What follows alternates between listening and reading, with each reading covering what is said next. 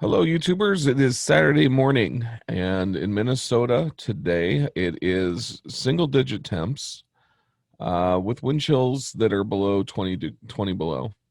So I'm not in any huge hurry to go outside. But that said, don't get discouraged. I am going to do mostly bikes today. I had an interesting idea of how I could do that in the winter time, and I've been saving it up. And it might be the next few episodes that we follow this format.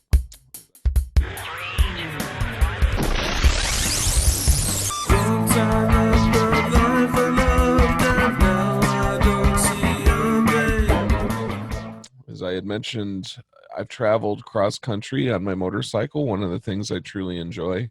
Didn't do that last summer, mainly because of COVID.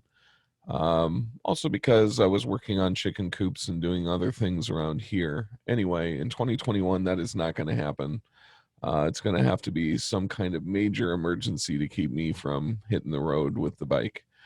So since I have done these travels, I have pictures and stories to tell, and I thought it would be kind of fun to go through each of them, each of the trips, and kind of explain what it was like, and let you experience it somewhat through my eyes and see if there may be trips you'd be interested in.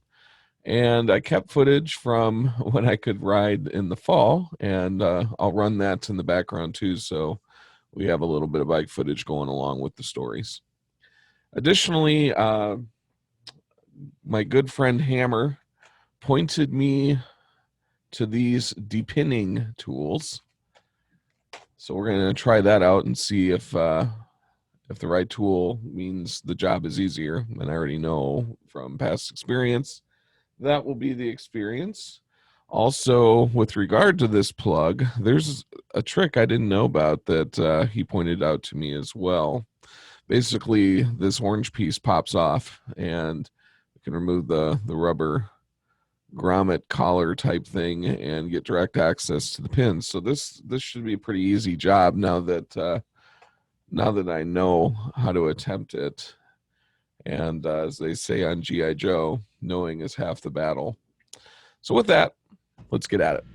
I really do have to say thank you to Hammer for showing me these kits that help me depin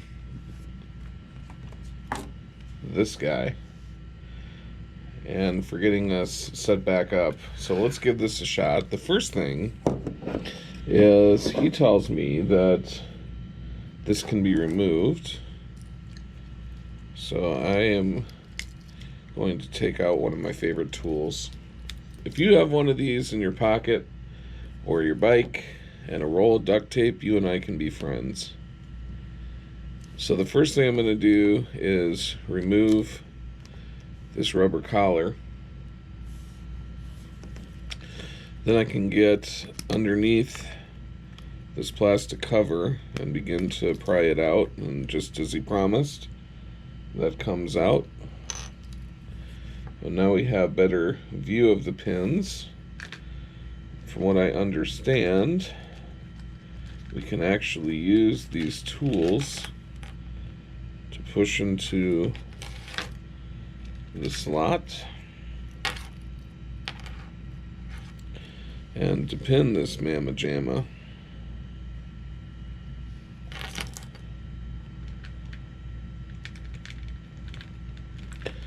And I'm hoping at this point I've got a small enough one to do this.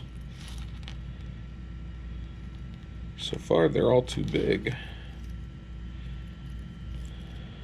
Well, got some of these other ones, but I'm afraid that these guys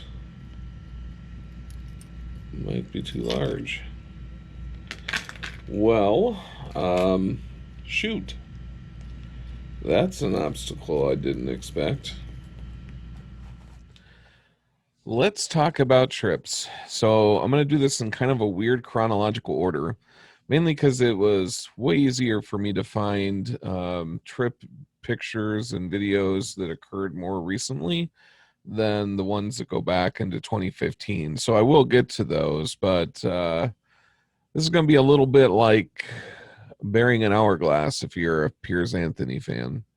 So we're gonna start with the latest trip that I took and work back to the oldest. And so this trip actually is the one where I got my 1,000-mile saddle sore. And it was one of the primary drivers for the trip. I went with my good friend Kurt, who rides a Softail Deluxe, I think it is. Kurt, forgive me if I got that wrong. So we decided we were going to go from Austin, Minnesota, which is near where Kurt lives, and make our way out to Red Lodge, Montana, through Minneapolis with a couple of stops here and there. We easily made 1,000 miles. And so, starting at the crack of dawn, at around, I think, 5 in the morning, we left Austin and made our way on our journey. Now, there's benefits to heading west. Big one is you switch time zones, so you get more daylight. We did do this trip, I think it was in June, so we maximized daylight anyway, just based on it being in the summer like that. So it was a good trip. We didn't really stop except for gas, with one exception, and that was an Old Diner in Fargo, North Dakota. And actually, my family and I would go through this same route, this very same summer, to head out to Glacier National Park. And Knowles was a stop. Great place to go. Highly recommend it. It has standard diner fare, and it also has more Scandinavian, Germanic type food. And I actually got a cabbage roll there too. And growing up in Cedar Rapids, Iowa, I was near Czech Village. And so, anyway, really good stuff. I grew up loving cabbage rolls, so it was a nice treat to have one again. So after Fargo, we made our way out to Red Lodge, and I want to say that we arrived in Red Lodge around 9 o'clock at night.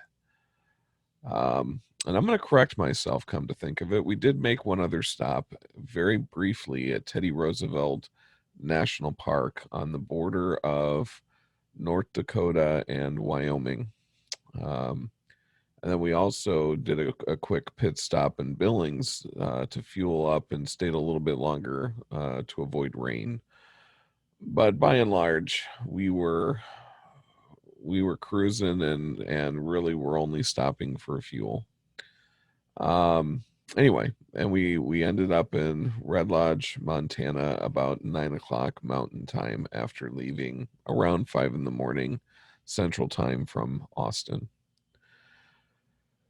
Had a house that we were renting in the area for a night, and that was very nice. And after unpacking the bikes, we went and got a little bite to eat and had a beer. So after getting a good night's sleep, we got up in the morning, rode over to one of the local Harley Davidson, mostly, I think it was a clothing store, so no parts.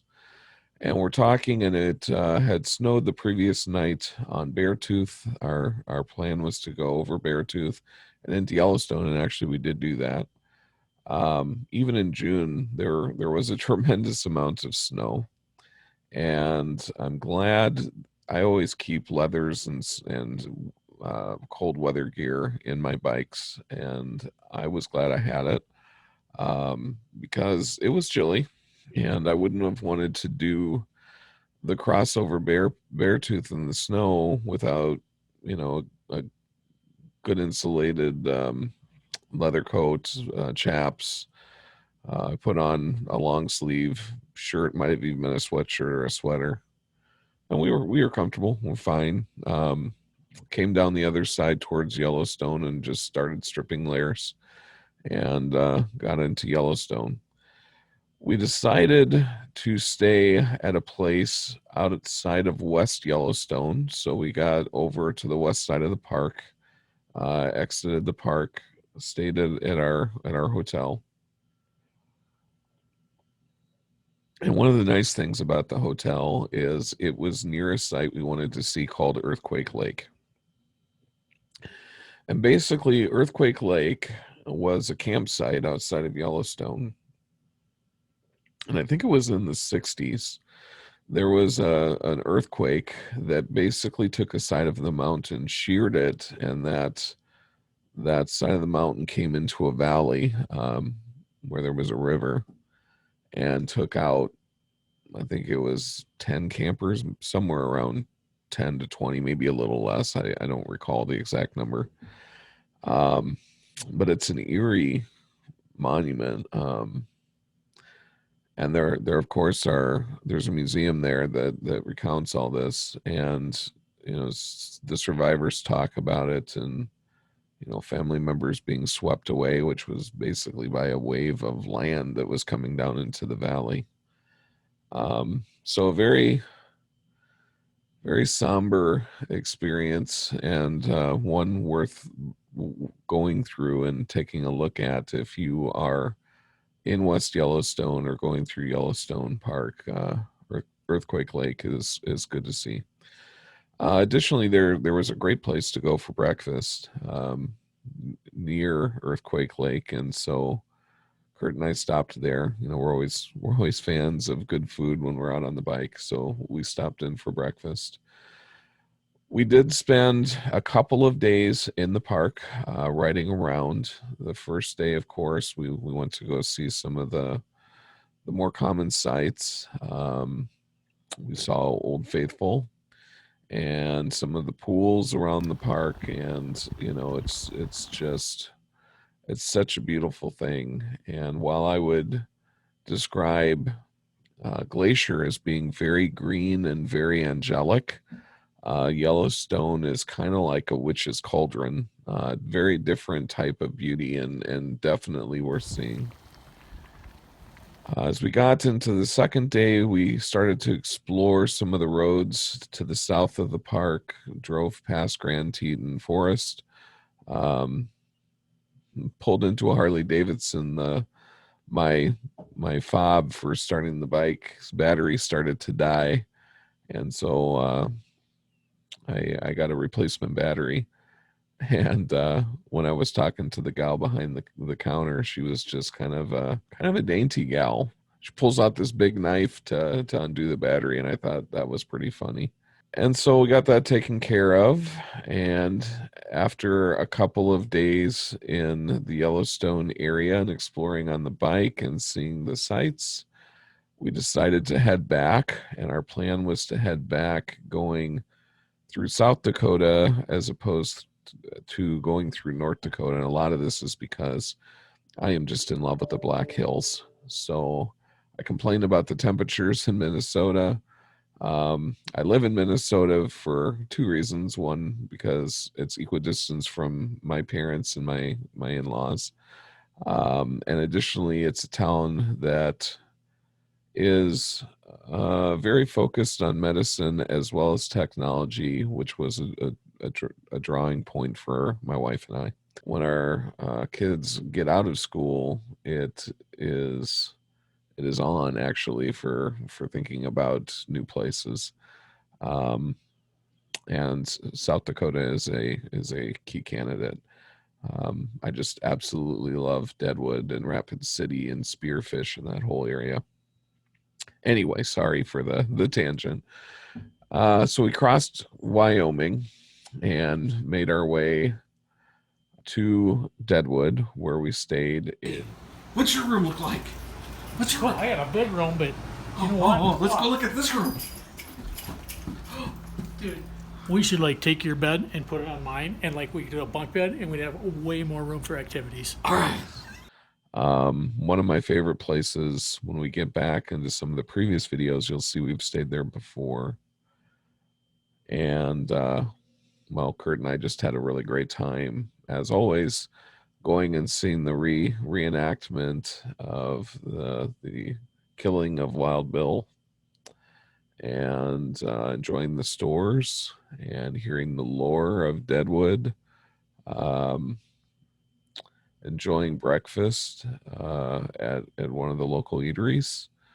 Um, Deadwood Customs, I think it's called. There's a bike shop there that we stopped in at. It's We've been there a few times. The owners are super nice. Actually, the first time we went there, they were technically closed because there was a bike run, but they opened up the shop for us and took us in the back and chatted with us and treated us to Bloody Mary. So those guys are good people. If you're in Deadwood, make sure you check out their shop and help them out a little bit. Um,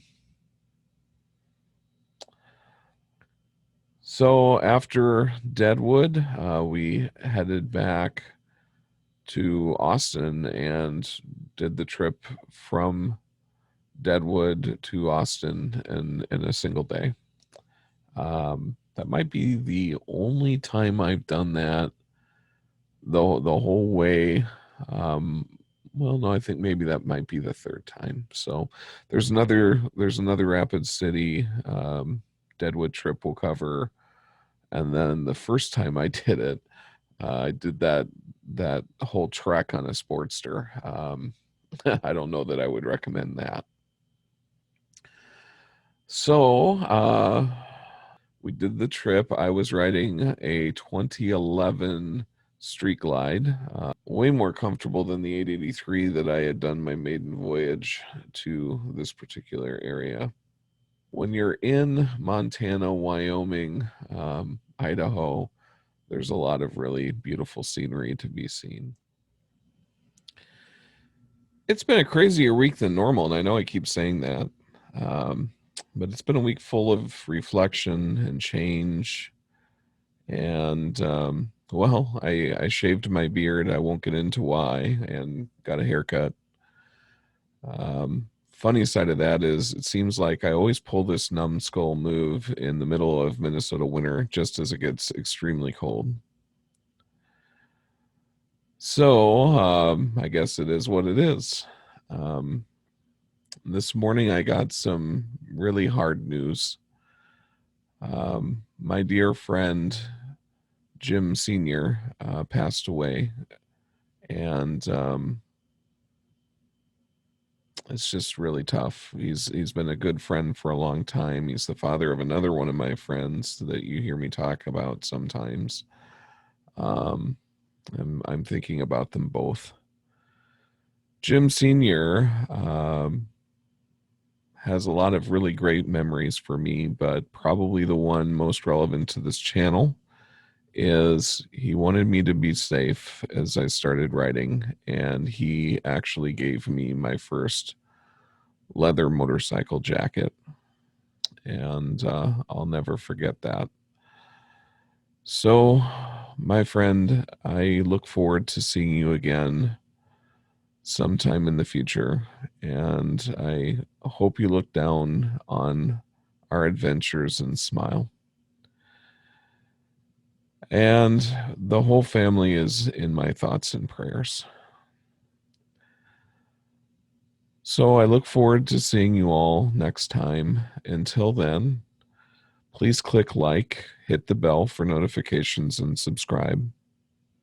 And I will remind you, just like I do every week, see the beautiful things that are around you every day.